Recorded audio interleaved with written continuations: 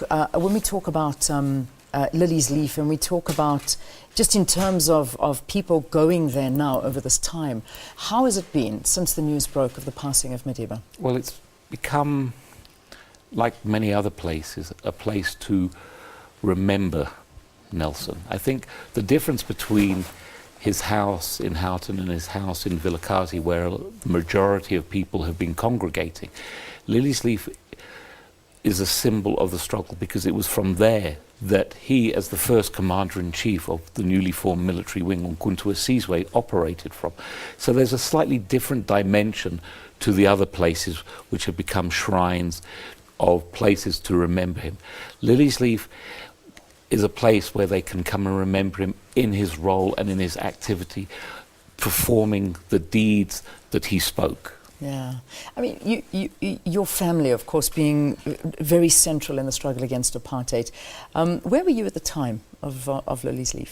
Well, at the time of the raid, I was actually ill in hospital. I had actually contracted Freelander's pneumonia and had made medical history in South Africa. I became the first baby at that age to be put on a respirator. Sure. Wow. So this was a significant time in your life in more ways than one. Exactly, yes. Yeah. Talk to us about your dad and his involvement there. Well, he was a member of the Communist Party and had been a member of the Communist Party since the 50s. And in fact, he did the legal purchase for Liliesleaf for Navian Pty Limited. He also was head of military intelligence, which met at Liliesleaf, and also wrote the code of conduct into guerrilla warfare. So he played a very active role within the movement, and particularly within MK at the time, particularly at its formative period. Yeah. Well, I imagine growing up in an environment like this just pretty much so almost made you want to follow in their footsteps in some way or the other. I think so. I mean, it wasn't something that I consciously thought of. I mean, ironically, as some of the memories of my past are coming back, particularly with some of the questions, and quite interesting, on the day of the commemoration, someone asked me a question, and it brought back vivid recollections of me looking at my uncle's book, who was the 8th co-accused at the Rivonia Trial, James Cantor. He had written a book called A Healthy Grave, and there was that iconic picture of the house. And I remember spending many minutes looking at that picture of Liliesleaf, wondering what actually took place there, what was its significance, and trying to conjure up in my own mind kind of feeling and sense of what happened there at Liliesleaf. Yeah, I mean, I remember earlier this year on the 11th of July actually being at Liliesleaf with you, and we did a broadcast from there just remembering the years gone by and just that day that this raid happened. Just talk us through what Liliesleaf was actually used as and Madiba's time there.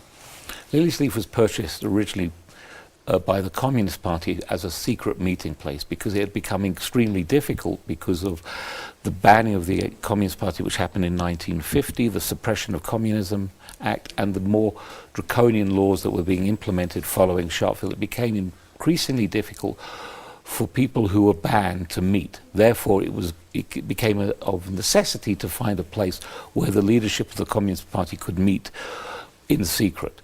And as Ahmed Kathadra aptly describes, he said that Liliesleaf, through a process of osmosis, became the high command of the newly formed military wing on Umkhonto Sizwe, because it coincided with the shift away from passive resistance to armed struggle. But it was more than just that.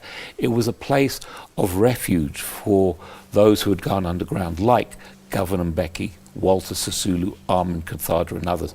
And again, Ahmed Kathadra recalls at one point there were 5 people staying in the thatched cottage. But it was also a place of meeting where they met to discuss. On his last visit to Liliesleaf in 2005, Nelson described what made Liliesleaf unique. He said it was a place of intellectual, ideological, strategic, military discourse and engagement.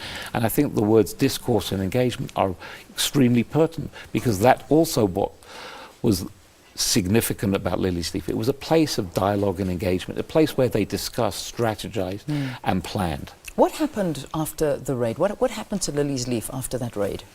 Liliesleaf was actually purchased by a Mr. Schneider in the summer of 63, 64, and he actually purchased it as a betrothment gift for his girlfriend. Yeah.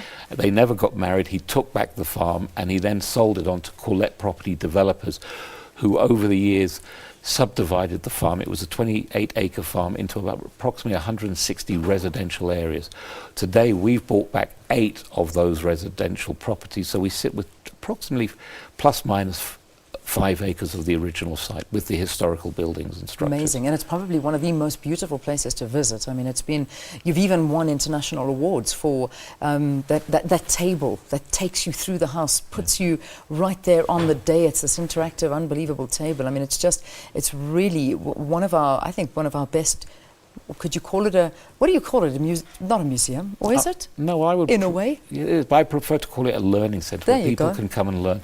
And I think the important thing is that we've made it interactive because Liliesleaf is a living, breathing place. It is not a place that is static. It is a place where people came, engaged, and things happened.